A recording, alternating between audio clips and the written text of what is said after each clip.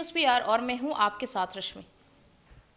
आज हम एक ऐसे विषय पर चर्चा करेंगे जो सोचने पर मजबूर करता है कि आखिर हमारे राज्य बिहार में हो क्या रहा है।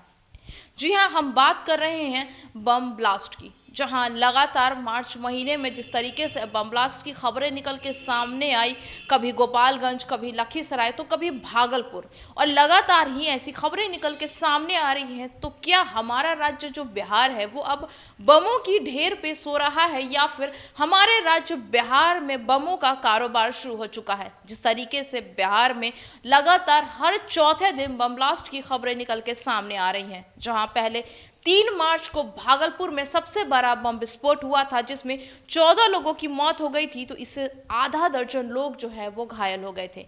ये सबसे बड़ा बम ब्लास्ट मार्च महीने में माना गया था, जिसको लेकर टीम भी पहुंची थी भागलपुर, और जिसमें ये अटकलें लगाई जा रही थी कि ये आतंकियों के द्वारा की गई है। लेकिन जांच में ये पाया गया कि ये आतंकियों के द्वारा हमले नहीं थे। तो एक बार फिर जो है वो बिहार पे ही सवाल खड़ा हो गया, जहां 28 मार्च को लखीसराय और मोतिहारी दोनों ही जगह बम ब्लास्ट हुआ था। लखीसराय में हुए बम ब्लास्ट में एक ही परिवार के आधा दर्जन से ज्यादा लोग घायल हो गए थे। ये लोग ईंट हटा रहे थे, इसी दौरान बम ब्लास्ट हो गया। बताया जा रहा था कि ईंट के नीचे कई बम पहले से ही रखे हुए थे, और जैसे ही परिवार ने ये ईंट हटाया तो ये बम जो है वो ब्लास्ट कर गया, जिसमें एक ही परिवार के कई लोग घायल हो गए। वहीं मोतिहारी में जोमेटो में काम करता था वो व्यक्ति, जो बम बनाने का काम करता था, वो किराए के मकान में रहता था, और अचानक बम ब्लास्ट हो गया। और लगातार जो है ऐसी खबरें जो है कह सकते हैं कि निकल के सामने आई, और कल भागलपुर से एक बार फिर बम ब्लास्ट की खबर निकल के सामने आई, जहां भागलपुर में कूड़ेदान में जो है बम ब्लास्ट हो गया। आखिर ये भी सवाल है कि कूड़ेदान में ये बम कहां से आया। जिस तरीके से लगातार कह सकते हैं कि बम ब्लास्ट जो है, ऐसा लग रहा है कि हमारे राज्य बिहार के लिए आम बात हो गई है। कहीं हमारा बिहार जम्मू की तर्ज पे तो नहीं चल रहा है, जिस तरीके से जम्मू कश्मीर में लगातार जो है वो बम ब्लास्ट जो है वो आम खबरें हो जाती हैं। वहाँ पे अगर बम ब्लास्ट की खबर निकल के सामने आती है तो आम जनता इसे आम खबर के रूप में ही देखती है। लेकिन जिस तरीके से हमारे राज्य बिहार में भी अब ऐसी ही खबरें निकल के सामने आ रही है, तो ये सोचने पर ज़रूर मजबूर कर रही है कि आखिर हमारे राज्य बिहार में हो क्या रहा है, क्यों ऐसी खबरें निकल के सामने आ रही हैं। अगर हम मार्च महीने के ग्राफ को निकाल के देखेंगे तो 3 मार्च, 9 मार्च, 28 मार्च और 31 मार्च, यानी ये सारे जो बम ब्लास्ट हुए हैं वो मार्च के महीने में ही हुए हैं। और अगर हम तारीखों में अंतर देखेंगे तो ज़्यादा अंतर नहीं है। कहीं 4 दिन के अंतराल पे बम ब्लास्ट हुआ है, तो कहीं 10 दिन के अंतराल पे बम ब्लास्ट हुआ है।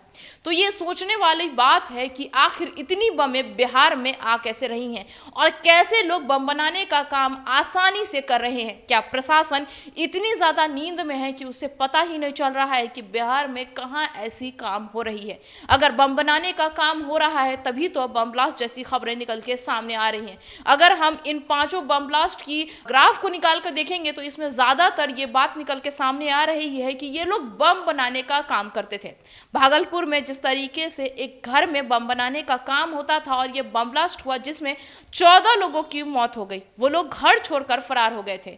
और इस मामले की अगर हम कार्रवाई की बात करें तो सभी मामले में पुलिस प्रशासन ये कहती हुई नजर आई थी कि सभी मामले में कार्रवाई की जाएगी, लेकिन अगर हम रिपोर्ट्स उठा के देखें तो अब तक इस मामले में कोई भी कार्रवाई नहीं की गई है। अब तक ये नहीं निकल के सामने आ पा रहा है कि आखिर इतने बम ब्लास्ट क्यों हो रहे हैं, आखिर इसकी असली वजह क्या है। अगर हमारे राज्य बिहार में इतने ज़्यादा बम बनाने के काम किए जा रहे हैं तो आखिर प्रशासन क्या कर रही थी?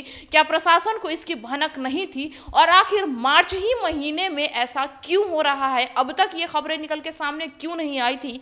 और मार्च महीने में लगातार 5 बम ब्लास्ट होना कोई छोटी बात नहीं है। जिस तरीके से लगातार बिहार में जो है वो बम ब्लास्ट हो रहा है, अब ये सोचना है सीएम नीतीश कुमार को कि क्या हमारा राज्य बिहार जो है वो बमों की ढेर पर है?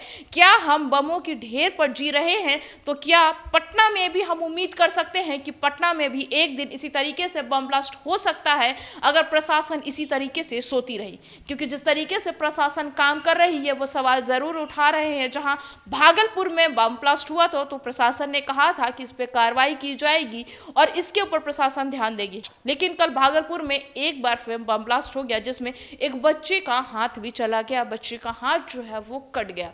और ये तस्वीरें हमें काफी अचंभित करती है और साथ ही हमें ये सोचने पे मजबूर करती है। अब ये देखना है कि इन सभी बातों में आखिर क्या खास है, या फिर कहें कि इन सभी बातों में क्या कॉमन है, क्योंकि जितनी ज़्यादा बम ब्लास्ट होना कोई आम बात नहीं हो सकती और ये कोई इत्तेफाक तो नहीं हो सकता। तो आखिर इन सभी बम ब्लास्ट में क्या खास बात है और क्या कॉमन है जो हम इसमें जोड़ के देख सकते हैं। अब ये देखना होगा कि प्रशासन इस पे क्या कार्रवाई करती है और प्रशासन इन सभी बम ब्लास्टों को किस तरीके से लेती है। आगे इस तरह की खबर के लिए बने रहे हमारे साथ और हमारे चैनल को लाइक शेयर सब्सक्राइब जरूर करें, साथ ही हमारे फेसबुक पेज को फॉलो करें। धन्यवाद।